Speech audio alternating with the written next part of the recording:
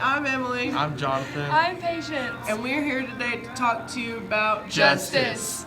The definition of justice is the rightfulness or lawfulness as a claim or title, or the justness of ground or reason. There's many instances of justice in To Kill a Mockingbird. One of them is the whole Tom Robinson case. Another is Bob Yule's death. And the recognition and redemption of Boo Radley. Miss Mayella Yule. Yes. What happened? I invited him into my house to chop something up for me, and he beat me and took advantage of me. Him. You're referring to Mr. Robinson? That and over there, You say he beat you. he beat me. He took full advantage of you? Yes, Where did he beat you? he hit me in my eye, Which eye? my right eye, Your right eye. my right eye. You don't want to change your answer? This eye right here, Atticus. You say he took full advantage of you. I did not tell him yes. I fought and I tried to get him off of me, but I was not strong enough. Did you scream? I tried as loud as I could. Did anyone hear you? Yeah, my daddy did. None of the children were in the house? No, I sent them to town to get some ice cream. I've been saving up. Okay. And Mr. Robinson, please stand up. Could you catch this bottle? Oh, sir. Why? Because I got my arm stuck in a cotton gin when I was young. Your left arm. My left arm. Just go ahead and try.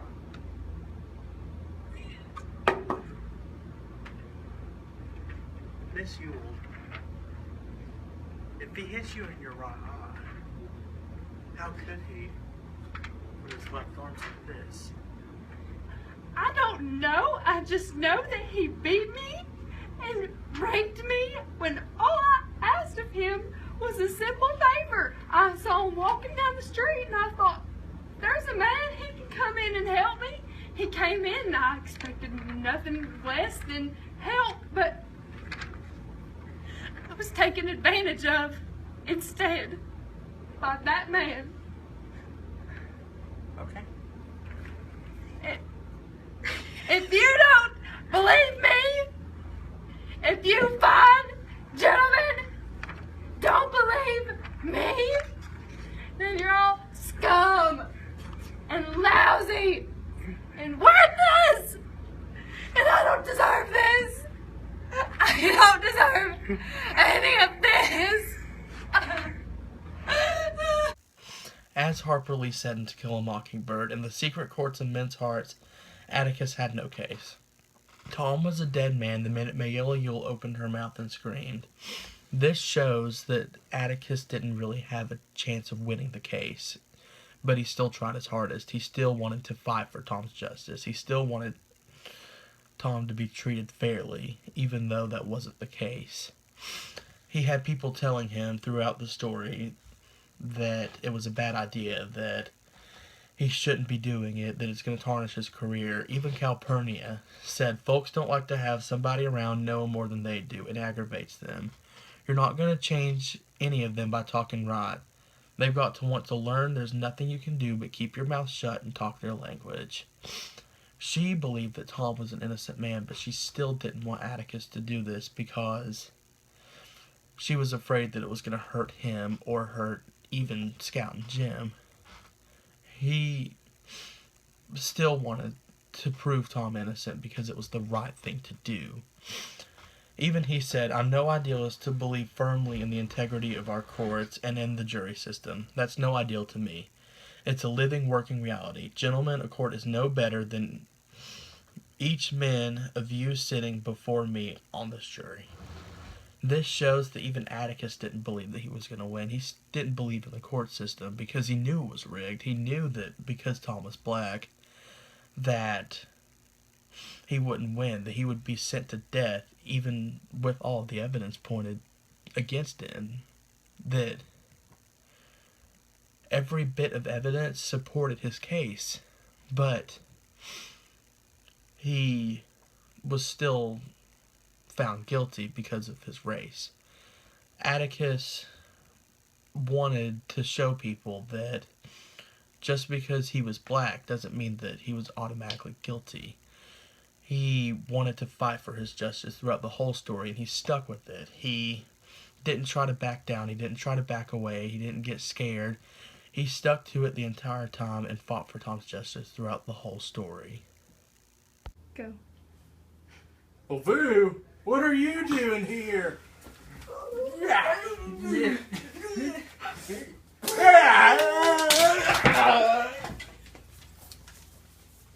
In chapter 30, Hecate said, "There's a black boy dead for no reason, and the man responsible for it's dead. That's poetic justice because the killer of an innocent man died. Even though Bob wasn't an all-around good person, causing an innocent man's death was bound to catch up to him at some point in time." Another quote from Hecate that shows justice is, "Let the dead bury the dead this time, Mr. Finch. Let the dead bury the dead." This proves that justice is served by Bob Buell's death. Even though it was by Boo Radley and not by the law, he still died and got what he deserved. Well, Scout, do you remember what he looks like? I don't really. Oh, he's right there. Yeah. In chapter 31, Scout says, "One time he said you never really know a man until you stand in his shoes and walk around in them. Just standing on the Radley porch was enough." This relates to justice because when Boo saved her, she started to see things from a different perspective. She didn't see him as a monster or somebody that was mean. She saw him as a friend, and in Scout's eyes, he was redeemed. When Scout was on Boo's porch, she saw everything the way he saw it. It's like she knew him her entire life. In the novel, it is implied that Boo killed Bob Ewell with a knife. Boo did this to protect and help Jim and Scout, but not to be cruel. This was a redeemable factor to Hecate because he knew that Bob framed Tom and that Tom was innocent and just pushed it under the rug. Even though the novel shows many cases of injustice, there is still that light at the end of the tunnel. In the Tom Robinson case, Atticus continued to fight for Tom even though he knew he was going to lose.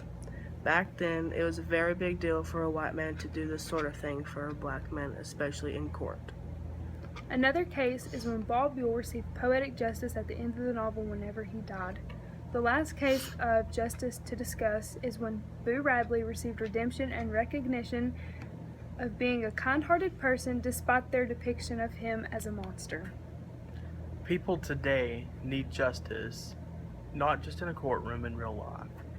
The court system has come a long way since the setting of this book. Used to, people of color didn't get fair treatment like white people did. Now everyone gets a fair chance to be tried fairly.